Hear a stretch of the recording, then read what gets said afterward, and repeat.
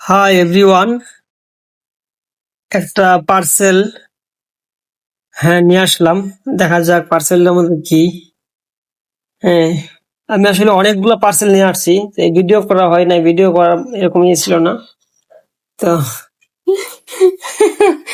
পুষ্টির ভান্ডার। পুষ্টির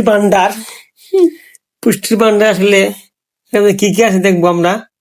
ঠিক আছে, খুলো তো, খুলে ডালো তো এখানে। হুম, পুষ্টির ভান্ডারে কি কি দিতে?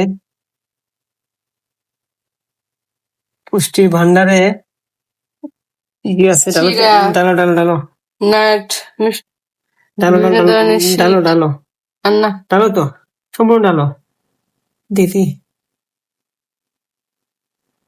সম্পূর্ণ ডালো।